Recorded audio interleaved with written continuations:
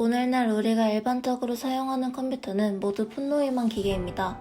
폰노이만 기계는 메모리와 프로세서가 분리되어 있으며 이 둘이 버스를 통해 데이터를 주고받으며 직렬 연산하는 구조로 되어 있습니다. 하지만 프로세서의 처리 속도가 빨라지고 메모리 용량도 커지면서 버스가 그에 걸맞게 데이터를 빠르게 전송하지 못하는 현상이 발생합니다. 이것을 폰노이만 병목 현상이라고 합니다. 반면 우리 뇌의 정보 처리 속도는 컴퓨터에 비하면 매우 느립니다.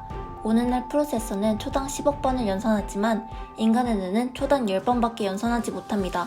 그럼에도 인간의 뇌가 컴퓨터 못지않게 빠르게 정보를 처리할 수 있는 것은 메모리와 프로세서가 분리되어 있지 않으며 수상돌기와 축삭으로 연결된 무선 신경세포들이 한 번에 병렬 연산을 수행하기 때문입니다.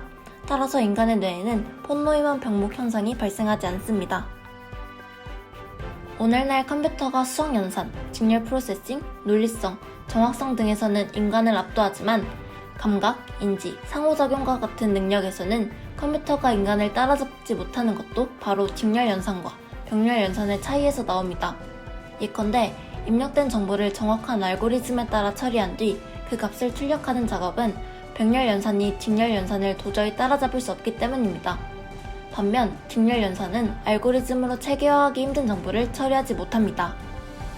이러한 컴퓨터의 한계를 극복하기 위해 2008년 미국 국방성은 폰노이만 구조에 맞게 설계된 기존의 컴퓨터 칩과는 다른 인간의 신경세포를 그대로 모방한 컴퓨터 칩을 만드는 작업에 착수했습니다. 이것이 바로 사이냅스 프로젝트이며 이렇게 개발한 컴퓨팅 기술을 인지 컴퓨팅이라고 합니다. 인지 컴퓨팅은 기존의 컴퓨터와 달리 감각, 인지, 상호작용 측면에서 상당한 성과를 보여줄 것으로 기대됩니다. 71번 지문에서 보았듯이 인지 컴퓨팅은 머신러닝과 딥러닝으로 구분할 수 있습니다. 기계학습이란 인공지능의 한 분야입니다. 1959년 아서 사무엘은 기계학습을 컴퓨터의 명시적인 프로그램 없이 배울 수 있는 능력을 부여하는 연구 분야라고 정의하였습니다. 즉 사람이 학습하듯이 컴퓨터에도 데이터들을 줘서 학습하게 함으로써 새로운 지식을 얻어내게 하는 분야입니다. y는 3x라는 함수로 예를 들어보겠습니다.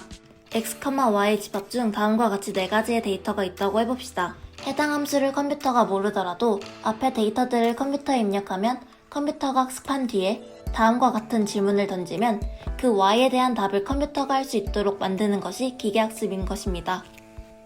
아래의 예처럼 하나의 함수를 유추하려는 방법을 지도학습, x의 데이터가 어떻게 분포되었는지를 파악하는 방법을 비지도학습이라고 합니다.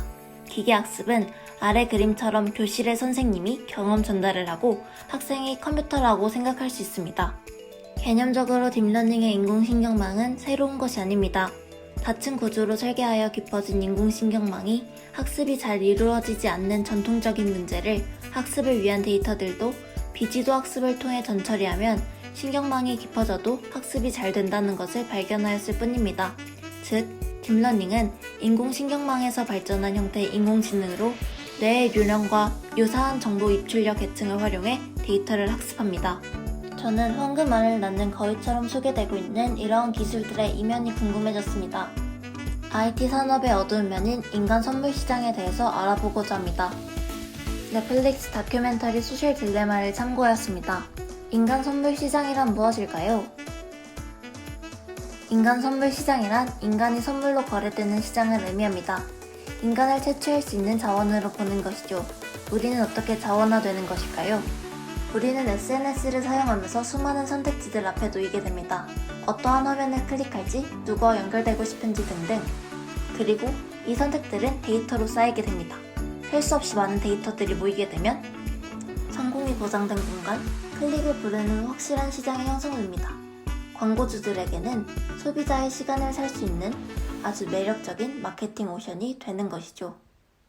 이것이 인간 선물 시장의 원리입니다. 특정 소수에 의해 다수가 정교하고 집요하게 조작되는 사회. 이것은 무엇이 문제일까요? 문제를 3가지로 정리해 보았습니다. 먼저 사람이 선물로 거래된다는 점입니다. 이는 수익성만을 따지는 자본주의 사회에서 규제가 없기 때문에 인간을 인격체가 아닌 상품으로 바라보는 상황을 더욱 촉진시킬 수 있다는 점에서 문제입니다.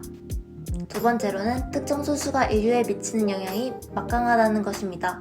과거에는 소수가 바로 옆에 10명에게만 영향을 미칠 수 있었다면 이제는 인류 전체를 대상으로도 할 수 있습니다. 마지막으로는 내 입맛대로 영상을 추천받으면서 우리는 나만의 세상에 빠져버리고 이는 사회 전체의 불안을 야기할 것이라는 건데요.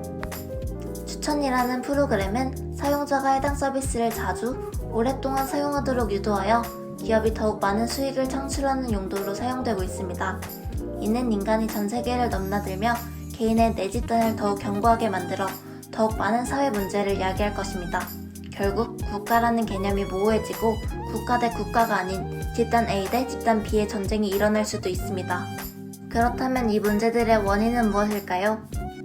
가장 큰 원인은 이것들이 모두 수익성을 위해 개발되고 있으며 아무런 규제가 없다는 점입니다. 따라서 마음껏 수익을 창출하고 개인정보를 파악할 수 있는 현 상황을 규제를 통해 막아야 한다고 생각합니다. 두 번째는 사람들이 자신의 선택이 누군가의 조작에 의한 것일 수도 있음을 인지하지 못하는 점입니다. 저는 이 영상을 시청하는 우리 2학년 8반만이라도 소셜미디어의 목표는 나를 위한 것이 아닌 돈을 위한 것임을 인식하고 달리 볼 필요가 있겠음을 강조하고 싶습니다.